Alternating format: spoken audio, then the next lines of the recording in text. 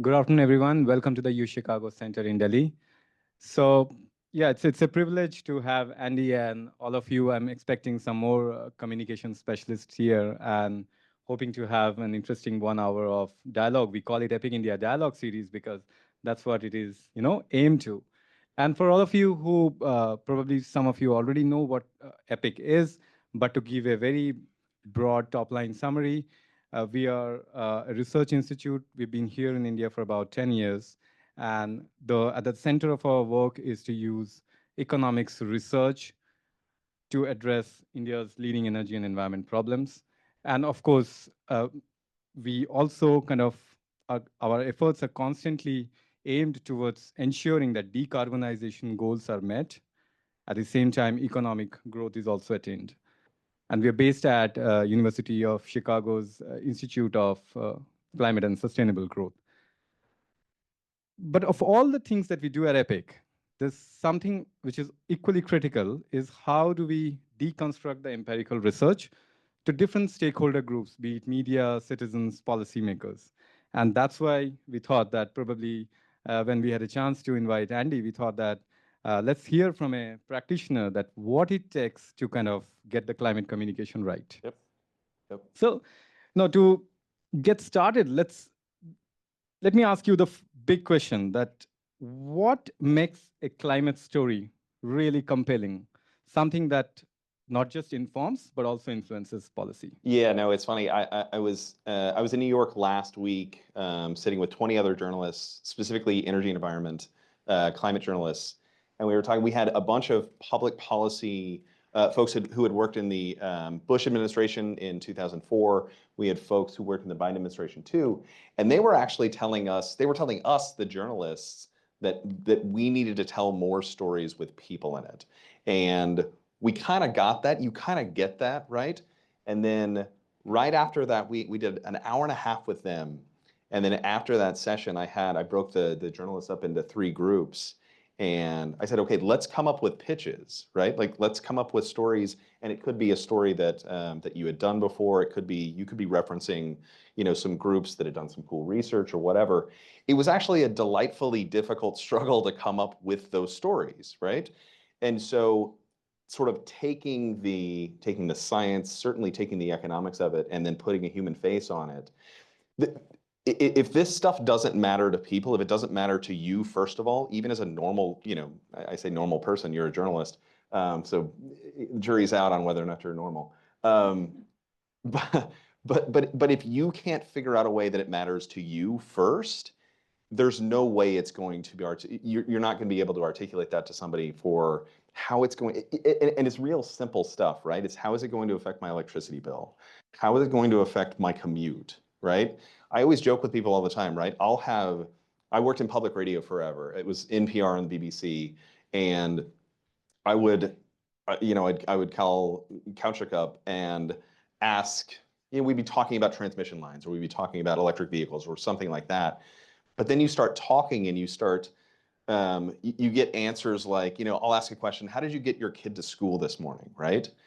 And then it turns into, maybe they do have an EV, maybe they still have an internal combustion engine vehicle. That expert then becomes a person, right? And so then they're helping you tell that story from that human angle, but they're also really, really well versed in that space. And so sort of figuring out how to, even with your really, really smart experts who have written that research paper, turning them into people too, for me, that was a big sort of, how do we humanize even this person who, I mean, in the title, right? Person who speaks a lot of times in data, speaks in jargon a lot, has a lot of acronyms. How do we turn those people into humans too? And so then you're sort of like shepherding, they start out, how did you get your kid to school this morning? They tell you that. And then you can get into, okay, what is this research paper telling us about electric vehicles? What is it telling us about, the conversion to whatever? But they've just humanized your story right at the top. That's what I always tried to do. It was like, especially right at the top is in a public radio story. I mean, our medium is such that because you have the human voice, it helps out a lot because it is people just telling stories. So it helps. There is sort of a differentiation between print and the kind of media that I'm in, audio and video, it helps because you do sort of, you hear it and you see it. But if you can humanize right at the top, then you can get into the wonky stuff, right? Because the user's there. They're there with you because that person is essentially helping you tell a story. Yeah. I was gonna, before we, can we, who works in communications? Who works in communications, folks? Raise your hands. Okay, awesome. And then researchers? Okay. And then, and then just some folks? just again, just some folks? That's great. No, I wanted to get a, I mean, honestly, I was going to tell you that too. It's like figuring out who your audience is, right? Like when you're coming up with, especially if you're a researcher, is my audience a podcaster? Is my audience the New York Times? Is my figuring out a way to pitch those stories as a researcher or as somebody who works in communications? It's going to differ. The headlines that I'm going to write in public radio are inherently going to be different from the AP or the Economic Times or somebody who's podcasting, right? And so figuring that out when you write that paper and figuring, okay, this is going to work here. This is, I mean, it's way easier said than done, but sort of having that approach helps out a lot. I'm sure. So you started with talking about people at the center. Hmm. That kind of, it almost feels like you answered my second question because I wanted to ask you about the importance of emotional engagement Yeah. in climate storytelling, especially when we are, communicating about, say, hardcore empirical research. Hmm. How do you strike that balance when you need to move beyond facts and include feelings in a way that you are humanizing the story? Yeah, no, it really is thinking about, I always do this too. It's thinking about the characters, right? Thinking about the different beats that you're going to try to hit. And you do this in research papers too, where even in an executive summary, you're trying to bring me in with, this is going to affect this group. This is going to affect, this population, that sort of thing. So y'all are thinking about it in your research papers. And sort of articulating that with what is this character doing in the story, and figuring out how to connect those dots and connect those beats. Because I always think for us, it was always, we needed three voices in basically every story. And so it was like, how is this person getting me to this person, getting me to this person? And then what is the kicker? And what do I want the audience to leave with? And what do I want them to learn? Like, the goal for me on all, for the last, certainly the last 3 years, hopefully the last 10 years, is like, I just want somebody to learn one thing like that they didn't know. And if that is a total win, if they emerged and they said, oh, I didn't know that, right? Like just one little thing. And it could be the gravity of a number, right? It could be, oh, I didn't know that was actually going to affect that particular population. Oh man, that's really interesting. And so if you get that in in your pitch, in your research paper, in whatever you're publishing, that one little, that's such a win. Just that one, oh, I didn't know that. Like that is the win, right? Like that's the goal for sure. But figuring out a way to humanize big data, that's hard, right? Like, and so then you're having to figure out, if you're pitching to a journalist, or you're trying to figure out exactly sort of the communication strategy for the research or for your client or whomever, you're having to figure out, that's sort of part of your job is, okay, we have these big data sets and we have these big numbers. What is it really, what's the story here, right? Like, who is this? And it's always the who. Like, who is this going to be affecting and who is it affecting? And how do I insert that particular person or that particular group into, then I can make reference to the data set. Then I can make a reference to the awesome empirical research that this group is doing. But without that person, without sort of identifying that particular group, it's just gonna read really, really flat. Yeah, and especially for stories where you talked about data as well. Hmm. So humanizing data is obviously, I mean, it's not an easy task, Sure. and not always you get to do that when you are, say, communicating research. Yeah. How do you kind of then bridge that gap So when it almost feels like you can't humanize this piece of data? yeah, it's you then essentially, what I end up doing is and there's some really wonderful data journalists that are doing, if you're talking about visual, like data viz stuff, data visualization stuff, like you can do a lot with, it's amazing what people can do with charts and graphs and things like that. Like that level of communication is huge in our line of work. In public radio, I'm not doing any of that, right? Like I'm looking for human voices. So I'm going to have to get somebody to tell me what that graph is doing. But the data viz stuff, I think, is incredibly compelling.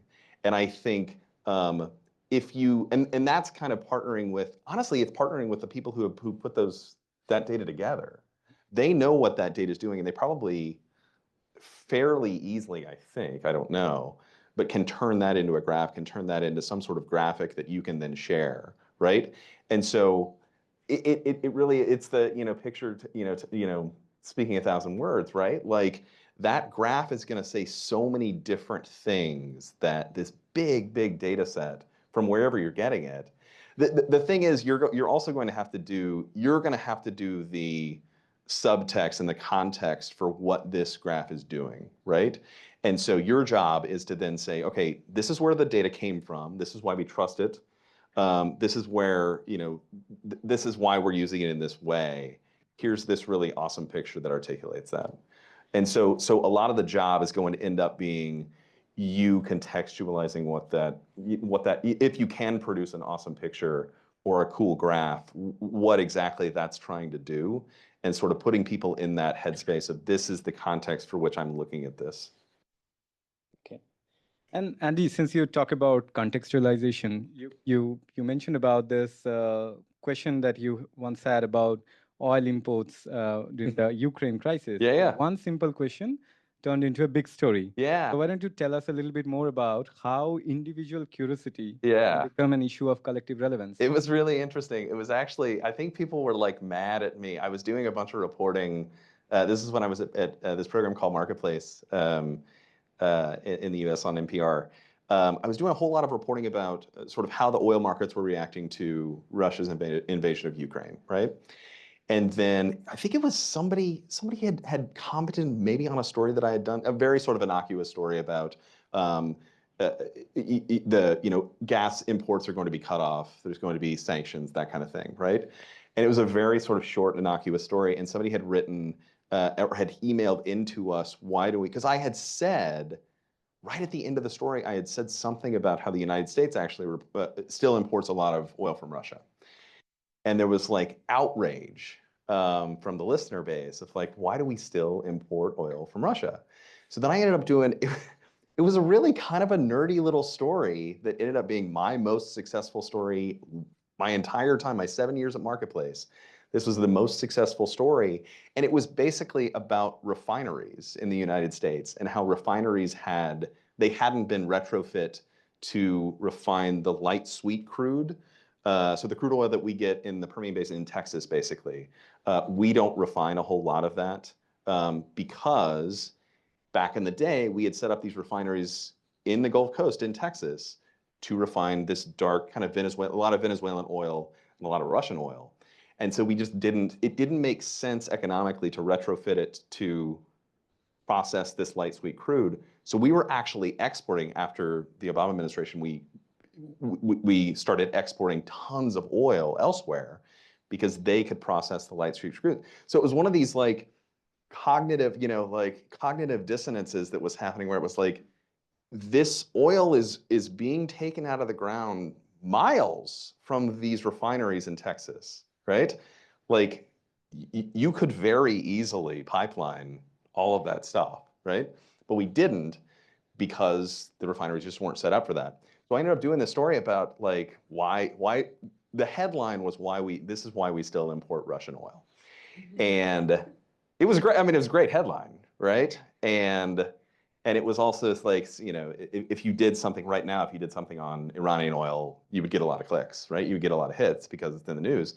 And so for like months and months, because it was a story, I mean, I thought it was a really nerdy refinery story, right? It was just like basically breaking down why we don't process this light sweet crude from the Permian Basin in Southeast Texas. But it was basically a story about, I mean, it was a little bit of a history of, the refining in the 60s, and sort of why we set up that infrastructure. But it was funny because it was just like I thought it was a nerd. Like when I got the assignment or when I pitched it, I was like, all right, I'm just gonna do this kind of nerdy story about refining. Is that cool with y'all? And yeah, it ended up being like just clicks for days. Part of that definitely had to do with the headline, but it was also it was newsy, and it was also like it just answered one really easy question. We put the question in the headline, and then it was just like, okay, this is why we do it. It was a very sort of like I loved it because it was a very simple, it was a very simple story, um, but it had so many tentacles because it was like, okay, now we're talking about geopolitics, right? Now we're talking about this weird infrastructure in Texas that doesn't make a whole lot of sense.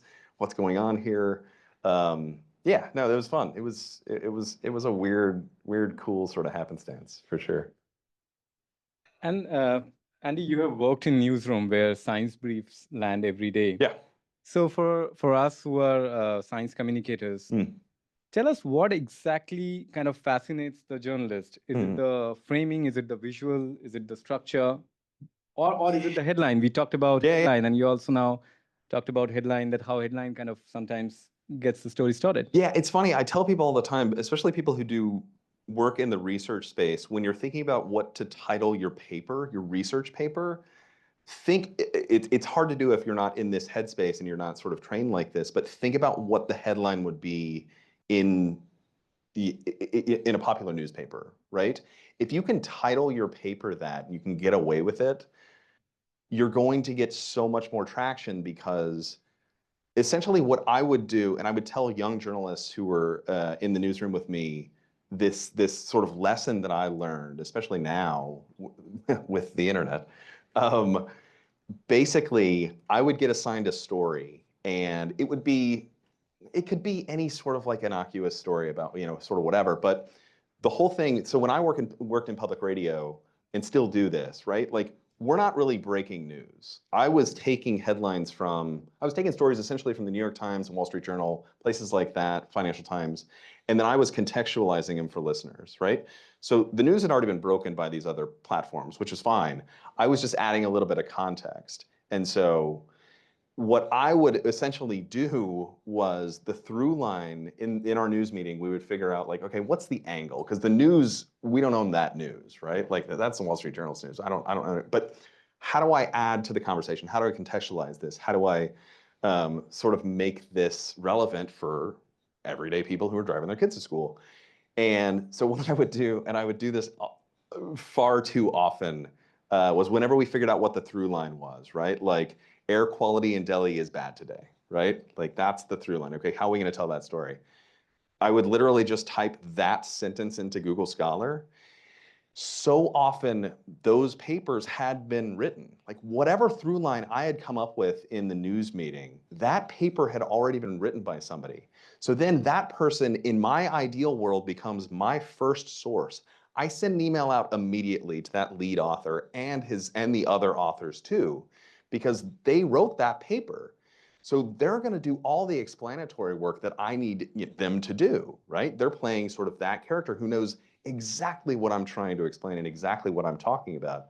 So figuring out a way, and I know it's kind of tough getting around it, but if you can think about it in the context of what would the headline be for my paper, that's huge because lazy journalists are going to type that into Google Scholar and try to figure out who knows most about it, right? And if you've written that paper, you are absolutely my first source, always. Great. Let's zoom out a little bit. Sure. Talking about the global climate talks, there are like a lot of this big conferences happening Sure. all the time. The cops of the world. Yeah. Yeah.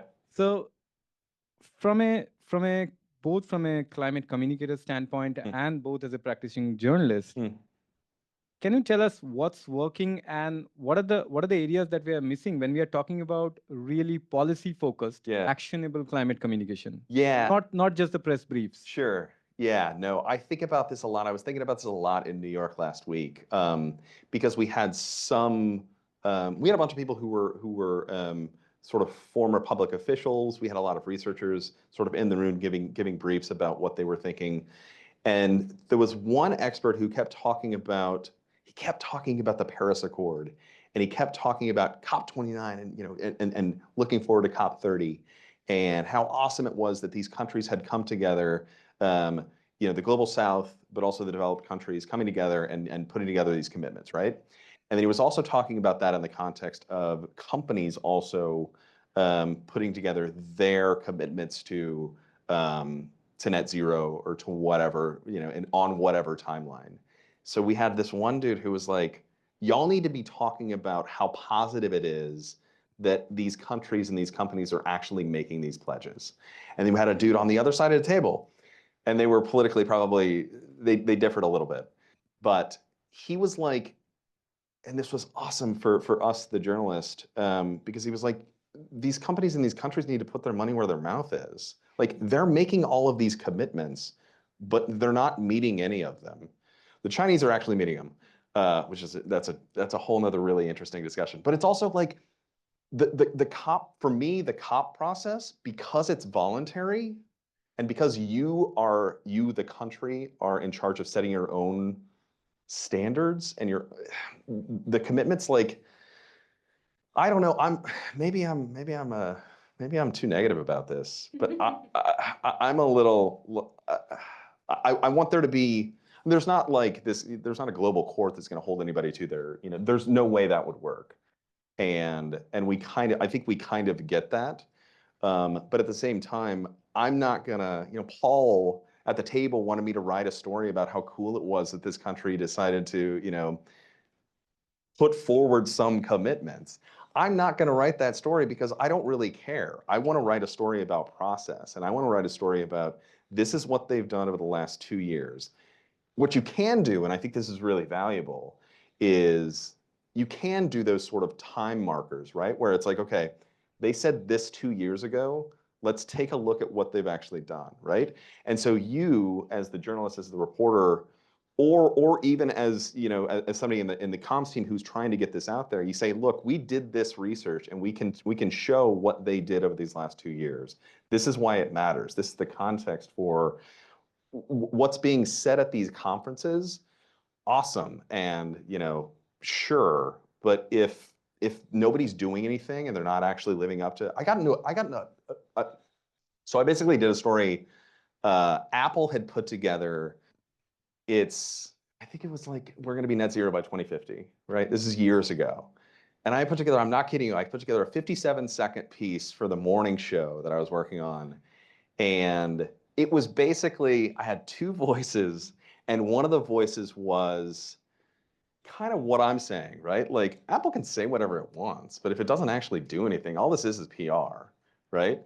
And so I had that voice in there, and I had like Apple wrote my executive editor and like wanted a retraction because they had put together this whole like 2020, 20, we're going to be net zero by 2050. I was like, well, y'all aren't, you're just putting, that's just a PR document. Like, I don't, they were like, you didn't read it. I'm like, no, I read it, but it doesn't really, like, you haven't done anything. And so, but it was so interesting because it was like a 2 month process of me sort of, and my editor, thankfully, sort of standing up to the executive editor, where it was like, no, they're just saying these things. They haven't actually, let's figure out when they actually do something. Then we can go back and say, hey, remember that story we did, that 57-second story I did? They actually did something, and that's awesome. Like, good on them, right? But that's another thing that's really difficult in our space is those sort of longitudinal stories. Those are really tough, right? The idea that I'm going to start here and I'm going to keep track of maybe a company, maybe a country that's trying to meet their goals. That for an editor to give you time to do that is very, very unique because especially in our media environment right now, you're doom scrolling and you're clicking, and now it's just you're just getting all your news on WhatsApp and Instagram anyway. And so for for me to be allowed to, to take 3 years to tell the story of how this country is meeting its goals is a really, really tough thing to do. But I still think it's really important. I think those of us in this space, we need to be asking that of our editors, and we need to be asking that, and also just keeping tabs, right? Like as people who are interested in this space, it's like, okay, like let's check in because that so much of that data is public. And so, all right, check in and then figure out, I mean, that could be a great story in and of itself, right? And then you end up pitching it to, the biggest outlet in the world. So I hope that got us there. I think the COP process is fine. I think Davos is also, we can talk about Davos too. I think Davos is really weird. It's a whole bunch of, I think COP has a little bit of that feel where it's like a whole bunch of really rich people wanting to kind of talk about the cool climate stuff that they're doing. I think there's a little bit of that. Maybe I'm maybe I'm too cynical. I'm a journalist, so of course I'm cynical. But yeah, I don't know. I don't know. What do you But think? we get the answer You got me. in your close guarded sentence. That's right. That's right. That's right. That's right. And you tell us, like, because we are a research institute, Sure. this is a kind of a question that is in our DNA Mm. to ask about evidence-based tips Yeah. or the evidence behind anything that we do. Mm. So when we talk about climate storytelling, is there a science behind getting the climate narrative right? Are there tips, like in the room we have climate communicators who would be very interested to know Yeah. if there is a way to kind of get it right every time? Do you mean a way to get the science right without? What do you mean? The science of effective climate storytelling. Yeah, no, it's really tough. There's a group at the University of Rhode Island they do a week-long seminar. It's actually really cool. The Metcalf Institute, they do a week-long seminar on science communication, basically. And it's great because they get experts and like really, really sharp researchers together with journalists. And so they kind of teach the journalists how to tell these science stories. It's a really, really sort of fruitful program. But at the same time, what's frustrating for especially those of us who worked for national outlets is that so many of our stories kind of inherently had to be pretty superficial because on a good day, I get 3.5 minutes to tell a story. Often I get a minute or a minute and a half. And so if you want me to tell a story that's really complicated scientifically, it's going to inherently have to be pretty superficial. Also, you don't want to lose that user. I've had a ton of experts get really mad at me because they thought that the clip that I used, from the interview was way too superficial. They were like, you didn't get that number in there, you didn't get that data in there. It's like my editors know there's no way they're going to let me do that because it's going to go over so many different people's heads. But at the same time, I'm leaning on you, the expert, to help me tell that story. I really do. I think this sort of team, I mean, maybe that's, again, maybe that's a little too less cynical and maybe too sunny side. But thinking about this communication strategy as leaning on me, leaning on the expert, you, the expert, also leaning on me and asking me these questions, right? How are you going? I think it's absolutely fair and fine to ask a reporter if you're dealing with them, how they're going to, what character am I going to be? What character are you looking for? What tape do you need? Those questions are absolutely fair and fine. And I think there's a little bit of reticence in the communications community to sort of ask a reporter exactly that. I think it's totally fine. And it also shows the reporter you know what's going on, right? And so there can be this sort of, I think there can be a back and forth where it's like, we're doing this together. Help me tell the story better, and I can help you get your research out there. Like I really do. I think, yeah, I don't I don't want to sound too, after sounding so cynical, I don't want to sound too positive, but I really do think there's space for that for all of us to sort of work together. Yeah, that's an interesting point that you make, that let us together make this story better. Yeah. It's neither your story, not just my story.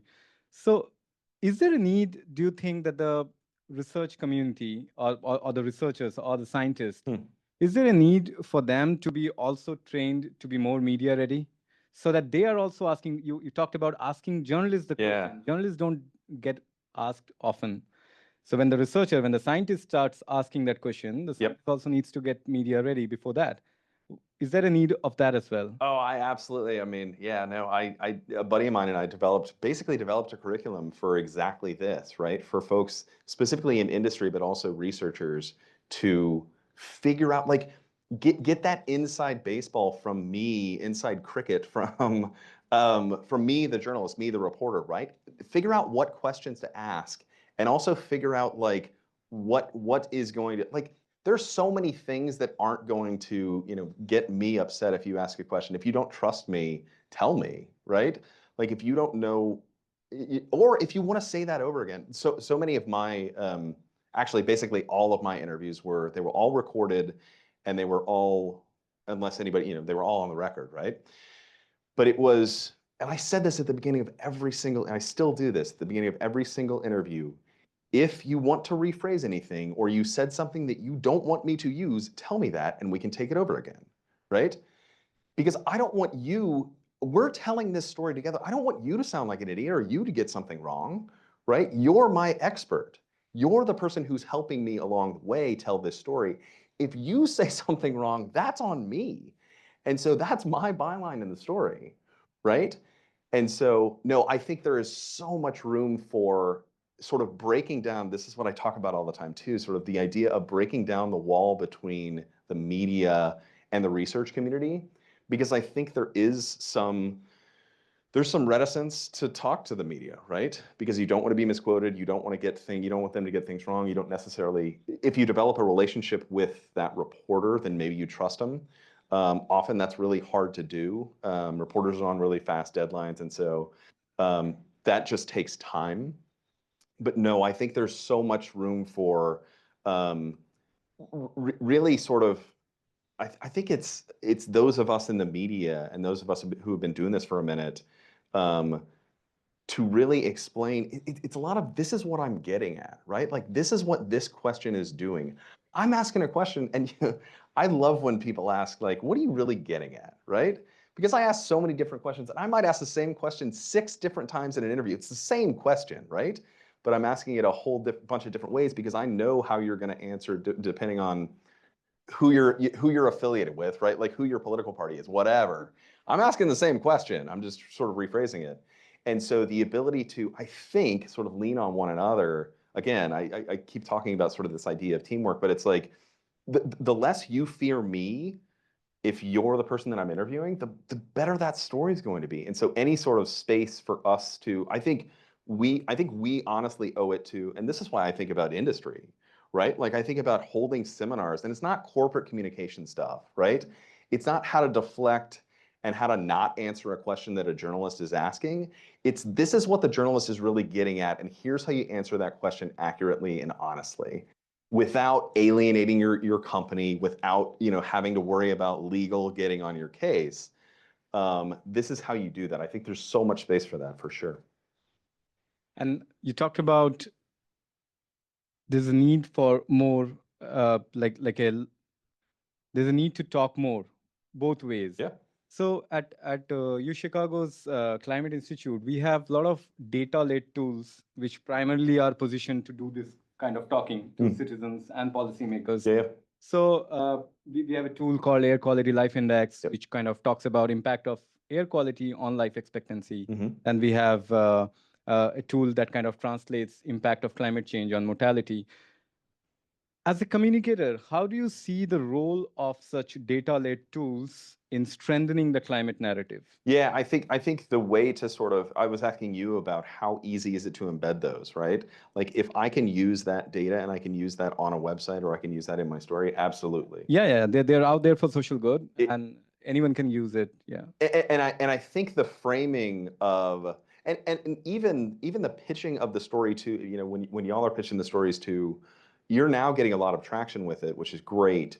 But even the way that you're pitching and the way that you're framing the tool, I think is really important. If you talk about it being a public good and you talk about it, you don't have to be grandiose about it, but you can talk about saving lives. Absolutely. Yeah. And you can talk about sort of that really interesting part of the narrative where it's like, no, this stuff matters. And we are dedicated to getting this stuff out there, right? And it's all free and it's all for public use. And so I don't think there's any sort of, me as a reporter, me as a journalist, I don't think I would be sort of wary of you trying to sell me on that. I think there's so much room for, especially if you can make it into, I mean, this is sort of the different part of the communications than legacy media that I'm sort of a part of, but figuring out how to make these things bite-sized, right? Like, okay, figure out, put this onto a little reel and then get a click, right? Like, and I shouldn't say it like that. Y'all aren't worried about, I mean, our editors are worried about clicks. But you are worried about engagement, and you are worried about making sure that people know about it. And again, it's sort of like getting getting people aware of what is out there, I think is such an important thing. And being honest with the reporter, if you're, if you're holding onto this data or y'all are releasing a new batch of it, being super honest with the reporter, right? Like we're just trying to get more people involved and let more people know that this stuff is out there. That's a really, really easy thing to say to a reporter. And I don't think we're just going to dismiss it because it sounds like a pitch. This is real, and it affects real people's lives. And again, going back to that first question, these are real people. These are humans that are going to benefit from this knowledge and this data. And so, absolutely underscoring that is incredibly important. I think those sorts of, when you have all of this data and you've done all of the work, now as a reporter, like that's easy. That's an easy story, right? That's a story on a stick, is what we always used to say. It's like that is really, really easy. It's all there. All I'm going to do is sort of contextualize it for some folks and then send some links. Like that's Yeah, I'm glad that you said that, because when we started popularizing this tool called AQLI, mm, one of our top line message was, how much longer can you live if you breathe clean air? yep, And it resonated so much, yep. and we did workshops across the country. And the result was that in a couple of years, AQLI was beginning to get naturally cited by newspapers, Yep. in Indian Parliament and all of that. So getting that piece of deconstructing research in a way that you kind of find it relatable is pretty critical. What ends up happening too, it's sort of like references beget references, right? Yeah. Because you have one reporter that found this cool thing that, of course, I'm reading all of that stuff as another reporter, right? Like anybody who's doing really good work, I'm jealous that they found your data and I didn't use it first. But then of course I'm going to, re-reference it the next time I'm doing that story. And so it really does. It's sort of like those references, they gain so much momentum, especially if the data is good and the data is clean and you've done the work to make it easy for the journalists to access it. Man, it's such like I feel like so much of what I'm trying to do at the University of Texas, what I was trying to do at Columbia University too, was sort of think about how to communicate this research. There's so much wonderful research happening at so many institutions throughout the world that people just don't have any idea about because we're not doing the work to get it out. It's tough, right? Like, and a lot of it is wonky and a lot of it, but doing the work to make sure that people know what's going on and figuring out if you're that goofy headline tip that I was talking about, figuring out what that through line is, that's such an important part of the battle where it's like, oh my God, I'm totally going to read that paper, because it had a, kind of a goofy title, even though it's a really, it's, we're not going to talk about regression models in the title, right? But we are going to, if you have something that'll get me on exactly what you're saying, how long can you breathe? How long can you live breathing this air? That's a great, that's a great paper title. Then I'm 100% going to dig into it if I'm a journalist. And Andy, we can't have a conversation in the current scenario if you Mhm. don't talk about AI. Sure. The AI wave is here. How Yep. do you see, how is AI going to shape the way we write, create, and tell our stories? Yeah, no, it's really interesting. So Reuters, just not kidding you, just yesterday, there's a really cool group at Reuters who specifically focus on climate communications. Um, and they just put out a really long, it's really cool, a really long paper on, they have a ton of researchers doing work on AI. And they put together a really cool report on sort of exactly how they think AI is going to be incorporated. Because we're also, you talked about AI and the sort of the current media landscape. We also have rampant distrust of the media, just generally, and that's not just in the United States. I mean, I know here too, um, and so the difficulty there is, I mean, I think about this all the time, right? Like, how do I use these tools, um, but then sort of make sure that the human voice is still sort of that's the story, right? That's the through line. But at the same time, like I don't think there's anything wrong. I'm of sort of two minds, right? I think every reporter is in this, every communicator is in this space, right? Like you want to use the tools, but you also you can see yourself being sort of being outsourced by a robot, which is not a great feeling. At the same time, I think there's a fine line, there's a balance, and I think um, communicators and to some extent, just general content creators, I think that you can tell the difference. Like I know when a bot is pitching me a story. Um, and so I think sort of making sure and being honest with yourself too about like, oh, I need the humanity isn't coming through here. Like what are we trying to do? I think it's really tough, right? Like um it's also, you know, I think with AI stuff too, all of your data, I mean, you're putting all of that out there, and whether it's going to be, I'm super curious about how all that data is going to be collected, um, because it will be, and yeah, ChatGPT is super interesting because you're putting and I did. I'll be totally honest with y'all, right? Like, I was trying to figure out. It was like something to do with my taxes, right? And I was trying to figure out exactly how it was something like, annualized, income or something, whatever. I was looking for a number, and so I was like, oh, I'll use, and I never use ChatGPT, but I was like, oh, this is a great model for me to use ChatGPT. And then I'm like, oh my God, like now I'm telling the computer exactly how much money I make. Like, what am I doing here? This is terrible. But it was one of those things where it was just like, oh my God, it's gonna break down exactly what I need to do. This is so easy. And I honestly think we're in that space in communications in the media too, where it's like, it can do some of the really easy stuff for you. But I think that I don't know. I don't know that we're going to get to the point where, maybe I'm just old, but I don't think we're going to get to the point where AI is just sort of writing these stories. I don't think so, because I think we can tell the difference still. I guess if they get really good and they get, and they improve, maybe we get phased out. I don't know. That doesn't feel like a reality to me right now. But maybe, again, maybe I'm just too optimistic about our worth. I don't know. We'll see. Okay. And since we are in Delhi, we must talk about India a little bit as well. So for countries like India, where temperatures are, kind of increasing every year, Yeah.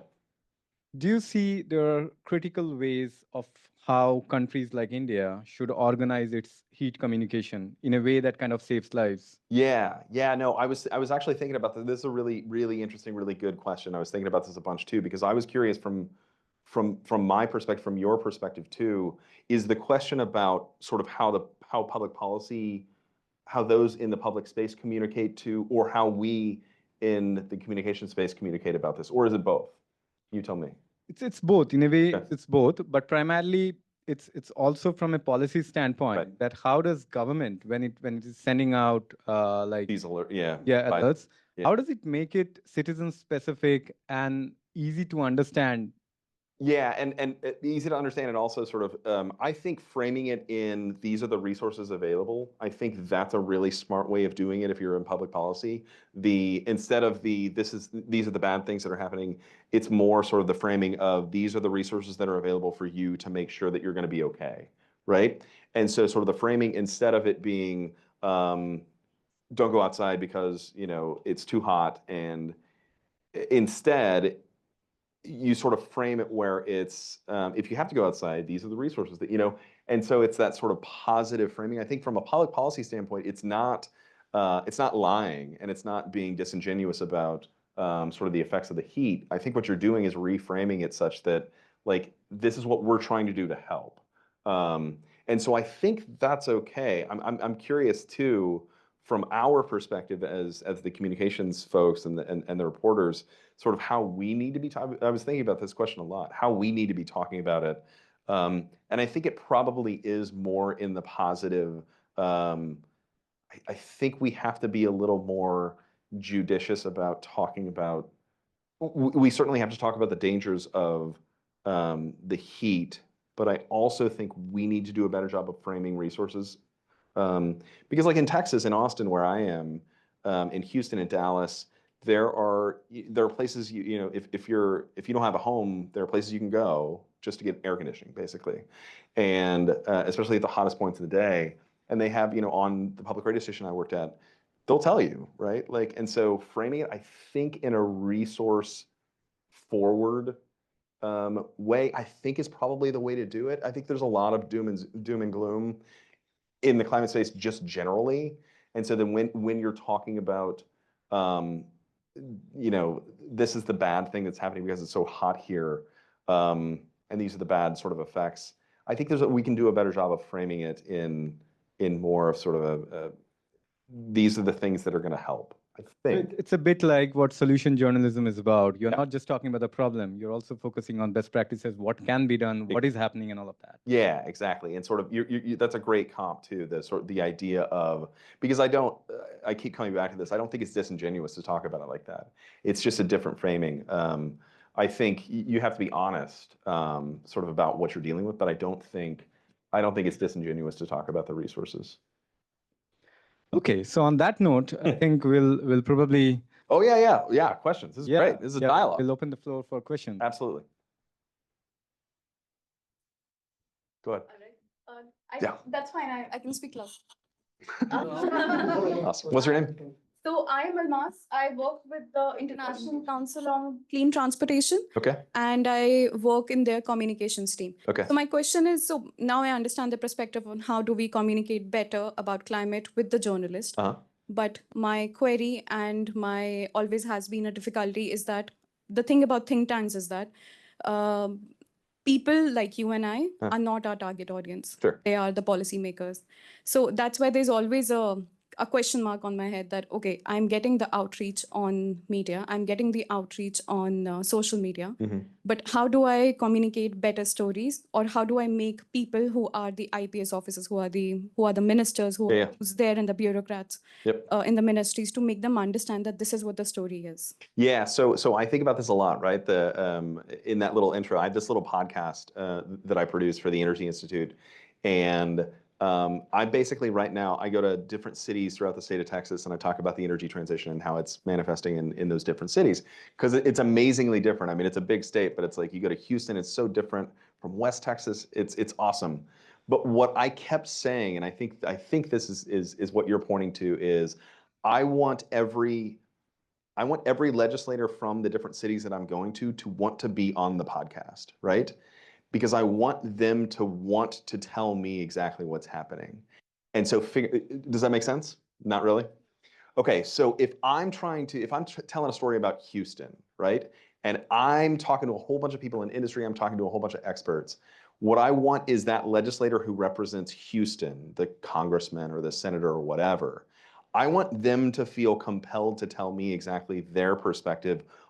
And it could be what I'm getting wrong, right? Which is totally fine. But trying to figure out a way to engage the policymaker to want to be a part of the story, I think is a really important part of this, right? Like in a think tank, there's so much policy work that's being done. What you want is that policymaker to feel like they need to be a part of that discussion. Exactly. Yeah. So honestly, the way to do that is there need to be, embracing the media is really important, but there also need to be consequences for that legislator if they just ignore you.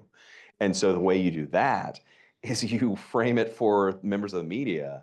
Hey, this legislator just didn't, I mean, I know, that's tough, right? But tell it to them on background. Like, I would love to hear that, right? Because that would be one of the first questions that I asked your expert that you made available to me. Hey, what did that minister say about this different stuff that you guys are doing? What did the minister say about that? And then, of course, I'd go to the minister's office and I'd try to get them on the record too. But if you tell me on background that they actually wouldn't engage with that data, that's huge for my framing of the story. I'm absolutely not going to call you out. That's on background, and you're totally safe. But letting me know what legislators and what representatives didn't engage with what y'all are doing, I think that's fair game. And I think that's a really important part of the story. Does that help? I mean, sort of, yes. Sort of. I mean, it's a little consequential, and I understand that you're sort of flexing. But I think also don't belittle the work you're doing, right? Like they need to know that the work you're doing matters, and they kind of need to give a damn. So I'll tell you, like, Sure. at least for my experience, the policymakers here in India are not very regular on social media. Sure. They're not very regular on media like LinkedIn or Twitter. Yeah. But they do read newspapers that come Yeah. to the desk. Yeah. So that is sort of a jugaad that I've found, that maybe perhaps instead of focusing my stories on social media. I would rather focus on the newspaper that they are reading on their desk in the Ministry of. On sort of, you're focusing on legacy media stuff. Yeah. That makes sense. Because it's like, it's a, I mean, you tell me, but it's a bunch of, is it a bunch of old dudes for the most part? I think Read. mid-40s men. Yeah, and they just read newspapers. Yeah. Mid-40s is not old. No, I'm just kidding. No, I think, yeah, my framing of this may be a little too brash, but I think making the consequences for those policymakers real, because they want to be referenced in that newspaper piece too, right? And so if you make that evident to, honestly, make that evident to the reporter that you're pitching the story to, right? Like, hey, I tried to reach out to this legislator to engage with our data and they didn't. Maybe you can reach out. And then maybe then they come back. That's another cool thing, is maybe then they come back to you and say, oh, I didn't know that y'all were doing this really cool work, but I was quoted in this newspaper article. And then they may, because they read that whole article and the headline's going to be about the cool things that your think tank is up to. So then they're going to circle back to y'all and say, how do we become, hopefully they circle back to y'all and say, how do we become a part of the conversation? So I don't think, yeah, again, like, I don't mean brash consequences, but I do think that there need to be consequences for them just not paying attention, right? Sure. Go ahead. I have two questions. I What's your don't name? know where they lie on the spectrum because What's your name? my name is Anamika. I work as a communications associate for International Innovation Course, Okay. the program that runs under University of Chicago. Okay. So I have two questions. And as I was saying that I don't understand where they're lying on the spectrum because I'm still trying to figure out what climate communications is. Like, I have a few stories that I'm working with. I'm Sure. still figuring out what is the impact, like what does this society think about them? Yeah. So my first question is, we often, even myself as a communications professional, I have found myself using the word humanizing way too often. Sure. Okay. Yeah. Now, I think as Shruti Ganda in the very beginning said, that the research may have reached, let's say, X point, but the communications are catching up to that research. Sure.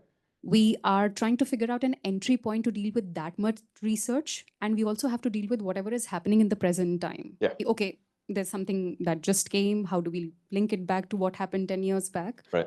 I want to understand, what does humanizing the story or humanizing the people mean when we don't understand what is an entry point for communications, at least at this point of time? Because I am still figuring it out. What should I start with? Like, what is step one? And how do I create a system out of this? Because I'm very familiar with your 3123 rule that Sure. you posted on LinkedIn in collaboration with NPR. But I want to understand how to imagine a system out of this, because there's a lot to tackle communications wise. Yeah. So that, and after you answer this, I'll take up the next question. Okay. I think you're right. The humanizing thing can be kind of tokeny, right? Where it's like, oh my God, of course you're supposed to do that. I think the way that we always did it, or the way that I think I still think about it all the time too, is so first of all, or let me ask a question. When are you talking about big sort of research, or are you talking about big data? What are you trying to humanize? And I'm trying to understand the basic vocab of the whole ecosystem. Okay? Yeah. Now, let's say what I do is, after understanding the fundamentals of the vertical, I take on up a story. I say, okay, I know something that really matters to me, and now I want to take a jab at it. Right. And I draft it. But I don't know how I should do justice with it, given there's already X amount of papers that was written about it. Yeah. I also have to deal with the current authorship that's coming on. Sure. I also have to deal with all the reactions that I'm getting from the global media or the national media. So how do I approach the humanization in that manner? How do you sort of enter that space? Yeah. Right. I think figuring out, I mean, if you have an idea and you're thinking about writing a paper, what I would say is, like, focus, right? Like, the more sort of the more very specific you can be. That was the thing, is that when we were producing stories, it was always like the news had already, you're doing, like, they'll want you to do a meta story about like, oil prices or whatever, right? Or gas prices or whatever. And then what I had to do was figure out a way to tell that story that is actually very, very specific to what's happening right now. And so I think for you, it's now that you are at least familiar with some of the terms, some of the things that the climate space is talking about right now, if you can figure out a way to be very, very specific and focused on exactly the story you're trying to tell, like, don't try to tell, what I would say is don't try to tell big capital C climate change stories, because what you'll end up doing is exactly what you're going to get so much pushback from everybody in that. But if you tell a really, really specific, and when you're talking about humanizing, it's like, I mean, honestly, using something like their data, right? Where it's like, oh man, these numbers just came out, and this is literally the number of projected lives that have been saved in the last 6 months, whatever. Just tell that really, really specific. So that's your entry point. And then you can sort of, depending on how long you get, but also depending on how comfortable you are, then you can extrapolate that. We always would talk about is sort of zooming in and then allowing yourself to sort of zoom out and tell some context for that bigger story. You're going to get so much pushback in the climate space, though, if you're trying to sort of solve climate change. What you can do is offer very, very simple, small solutions and tell them very, very, like, sort of those bite-sized stories about one little thing you're thinking about. Like, those are winners, because then they become a part of the sort of climate discussion ecosystem, but they don't get that like heavy, heavy criticism that you're going to get with a big climate change sort of approach. Does that make sense? Yeah, it does. I think it brings me very smoothly to my next question. Yeah. So I am very much interested in talking about climate justice. Yeah. And that's what I've been exploring. And a big part of it are the people. Yeah. Because I have to start with them. They are the ones who are paying the cost for whatever is happening or whatever is being done. Yep. Now, my question is, after discussing, okay, what are the basic things or how we should, dilute the jargon and move towards a better, more well-informed journey, which are full of insights here and there.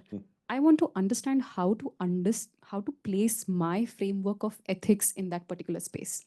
Because let's say the story has to do with women who have no voice. Right. They might not have a voice at least for 10 years Right. in the upcoming time, given how we are behaving or how we are engaging with patriarchy at this level. It concerns newborn babies who I might not even have photojournalistic frameworks to document. Sure. So if I'm dealing with a subject that's that sensitive, how do I imagine ethics? Because right now I'm still grappling with the definitions and the meanings and the way people are perceiving what general stuff is out there, mainstream stuff, capital C. Yeah. But I want to understand if I have to come with something very, very specific, which is a story of a community who is constantly paying the cost of a system that was instituted 100 years back. Yeah. How do I talk about it? And how do I do justice to the people who I'm talking about? So you're talking about the sort of ethics of you as the storyteller getting the story right, right? That's so hard, and I'm so glad you asked that question. It's really important. A lot of it is going to be engaging with that community and engaging with the sort of community leaders, and making sure that you're framing it right and making sure that you're getting it right. I was just talking about, I was in Japan in March, and was trying to tell a story about the hydrogen industry in Japan, right? And I was asked, all of my questions were basically, it was about taxpayer money, it was about off-ramps, it was about off-ramps and the idea of like, what if this technology doesn't work? How do you get out of it, right? And what do you owe the citizenry? I just kept asking, I was talking to government officials, I was talking to Mitsubishi and Kawasaki, big industry, right? And I just kept asking these questions about, from my perspective, just dirty capitalism questions, right? And what came to light was that I didn't understand Japanese culture. I couldn't, there was no way I could do justice to that story. And it was funny because I was talking to a buddy of mine who's an editor at The Atlantic, and he was like, oh, this is an ethics thing. And I hadn't thought about it, right? I was just like, oh, I can't tell, I'm not doing this story justice because I can't, because I don't have that context, because I don't understand enough about Japanese culture. I spent 4 days trying to figure out what I didn't understand about Japanese culture, but at the same time, it's still, that's the thing, right? Is that you have to figure out a way to engage that community and then convince yourself that you can tell that story. That's really hard, because I'm there with you, right? Like, I could have, and if I had an editor who needed 3.5 minutes, I 100% could have turned that story around, right? Like I had enough tape and I had enough perspective, but I just couldn't do it because I didn't feel right doing it. So what the question you're asking about the ethics of it is a really, really important one. What you're going to have to do is get to know that very specific community, and honestly, you're going to lean on the leaders in that community, right? And you're going to ask them if you're getting it right. I kept the last 4 days I spent in Japan, all I was doing was like, what do I not understand? I'm not even asking the right questions, right? What questions do I need to be asking? Because right now I don't understand anything. And so it was just like, it was cool because it was like, as a reporter, you want to be like, I know everything about everything. Because I'm the trusted source who's then going to tell the story to everybody else. You need to trust me to be telling the truth. If I don't know the context for any of this, I can't tell that story, ethically. You're exactly right. And so giving yourself, honestly, that's going to be like giving yourself time. That's the biggest part of this. If they want you to turn it around in 2 weeks and you need 2 months, that's tough, right? And you can't do it and you can't feel good about it. I would just say, trust yourself, because the fact that you're asking that question is really, really important. I'm glad you are. Okay. Okay, so we take 2 more questions. Sure thing. And then. Okay. Hi, my name Hey. is Shruti. I work with Epic India and a Cool. policy institute. Awesome. I'm not from a comms background. Okay. I'm more of a policy and research person. And that's where I'm coming from with the question as well. So there are a couple of leaders when we talk about climate. You do see, I'm not going to name drop within, there are countries that have pulled out of critical agreements in the climate space. Yep. And at this point in time, it becomes critical how we communicate the urgency for action. Right. So as a communicator, how do you try to balance political will and the urgency for action? Yeah, no, it's an awesome question. I kept asking people, I mean, you don't have to name drop. I'll talk about the United States because I know it fairly well. I kept asking people when this new administration came in, do we care about the climate anymore, right? I asked that question to so many different people that I was interviewing, because all of the policies that are being implemented, that are being taken away, seem to indicate that we don't, right? And so then, this is really interesting, right? I was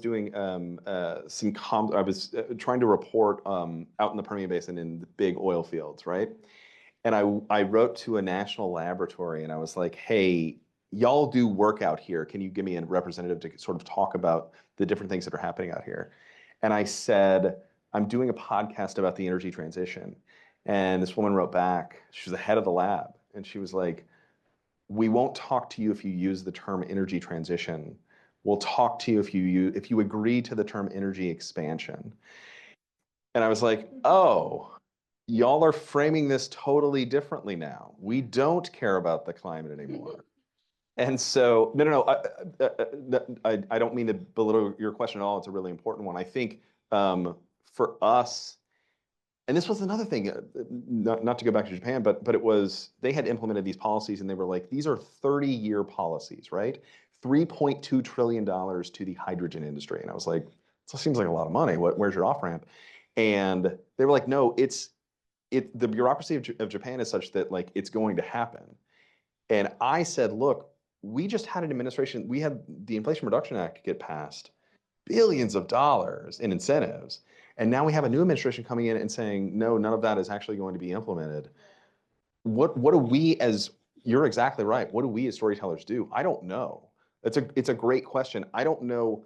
I think you're right. I think what we need to do and what policy folks need to do is honestly ask the legislators what it means, right? And be very, like, I would say, be super honest about, ask them that question. Do we care about the climate anymore? Like, because all of these policy implications seem to suggest that we don't. And so I think being very candid and honest about your questions in that space, when you have those policies to back you up, because it's not you putting that out there, right? It's like, no, what I'm doing is reading through the policy lens. Tell me what, and then you can do what am I getting wrong, right? What am I not understanding? Because what it seems to me right now is that we don't actually care about climate change anymore. and we do care about energy dominance or whatever you want to say, right? Which is crazy. It's energy expansion, not the transition, right? Does that help? That helps. So Sure. I look at communication as a tool to create demand. Yeah. And I was just thinking, if communication can be altered, do you have recommendations for how we communicate so that the demand is created then with legislators? Yeah. I think, and I keep sort of going back to this. I think the consequences to legislators is really important, right? If they're not, even if they're not engaging in this is, the question you were asking about. The legislator is not even sort of engaging with the data or with the content. I think that's really important. There need to be consequences for that lack of understanding or action. There need to be consequences. I think it's different for lawmakers than it is for the public, right? There are consequences absolutely for the public not understanding this, but there's also a lot that we need to do to make it easier for them to understand it. Again, like I keep saying, like just make people a little bit smarter about some of these stuff, and then like that knowledge begets more knowledge, right? Like once you can become conversant in that space, then you're going to ask more questions, and I think that's really important. I think honestly, like our lawmakers don't understand this, and we need to do a better job of explaining it to them too. And so thinking about, I do that all the time, right? It's like, who's the audience? I mean, that's why I made you guys, raise your hands, because it was like, if the audience is the lawmaker, is the legislator, that's a different story. And so I think being really sort of attuned to that I think is really important. Okay, so we take one last question and then we can wrap up probably. Hi, Go have dinner. this is Krish, also from Epic India. Okay. I I work, haven't planted all these questions. Yeah, it's good. It's good. It's no, great. so I work with the research side of the. Uh-huh. The way I see it as science communication is a bit more. It's uniquely difficult because if you go on talking about social issues, political issues as a journalist, Yeah, people can generally smell if something's fishy. for sure. Science communication, not so much. I mean, Yeah. if there's a piece about economics or climate, I'll dig into it. Hmm. But if I see something that's on physics or chemistry, I'm like, if the BBC publishes it, must be true. Sure. I have an option. Yeah. But over the last few years, good reasons, bad reasons, legacy media has lost a lot of trust. Yeah. And nobody can still read the papers. I mean, people haven't, AI might catch up to it. Sure. So the way I see it is the new media system is either people are still surfing on that dying wave of New York Times or BBC, or there's like the whole other contrarian aspect saying, oh, these people are lying to you, I'm the only one telling you. Right. As a science communicator, you have to go through that same middle path. But if you're new, how do you build credibility in this ecosystem? Do we have an option? Is there a way forward? Yeah. No. That's really that's a great question too. Yeah. Go ahead. Can I just Of course. add to that? Actually, Yeah. there were a lot of thoughts going through my head. I couldn't Yeah. really frame a question for you. Uh-huh. I'm Susan, by the way, from CDRI, which Okay. is the Coalition for Disaster Resilient Infrastructure. And a lot of what you said and what you said as well kind of resonated.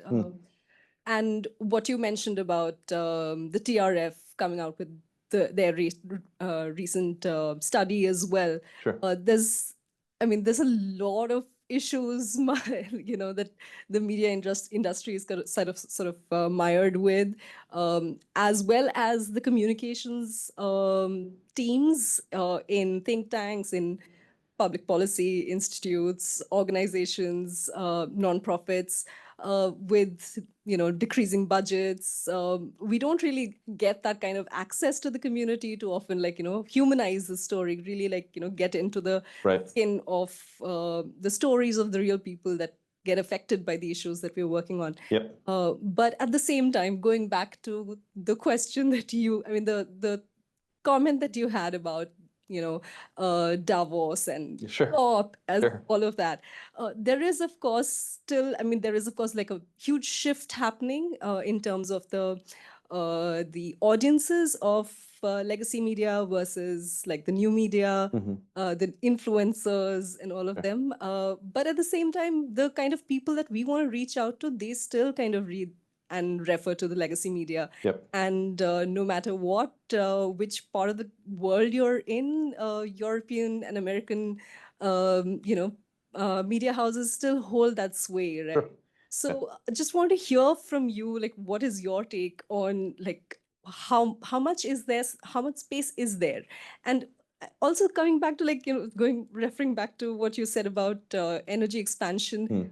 the fact that there's less space to talk about climate change, but more space to talk about extreme weather events. Yeah.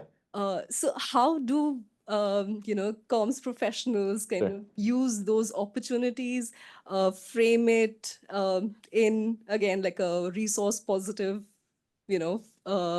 sort of narrative? Yeah. How do we do that? Like how do we reach out to the big media houses and Yeah. get our stories sort of that space? So to the first question about sort of establishing yourself as a science communicator, science researcher, I think I really do. I think there's space for that, and I hate to keep going back to it, but it's like, and I do this in the goofy little bit of PR work that I do on the side. So much of it, and if I'm going to write a book about something, right, I have to have a character at the top, and so the research that you're doing, it's tough, right? It might be disaggregated data, right? It might have nothing to do with a particular person or group or whatever. But the implications, and I think I keep going back to this, but the implications of your research affect people.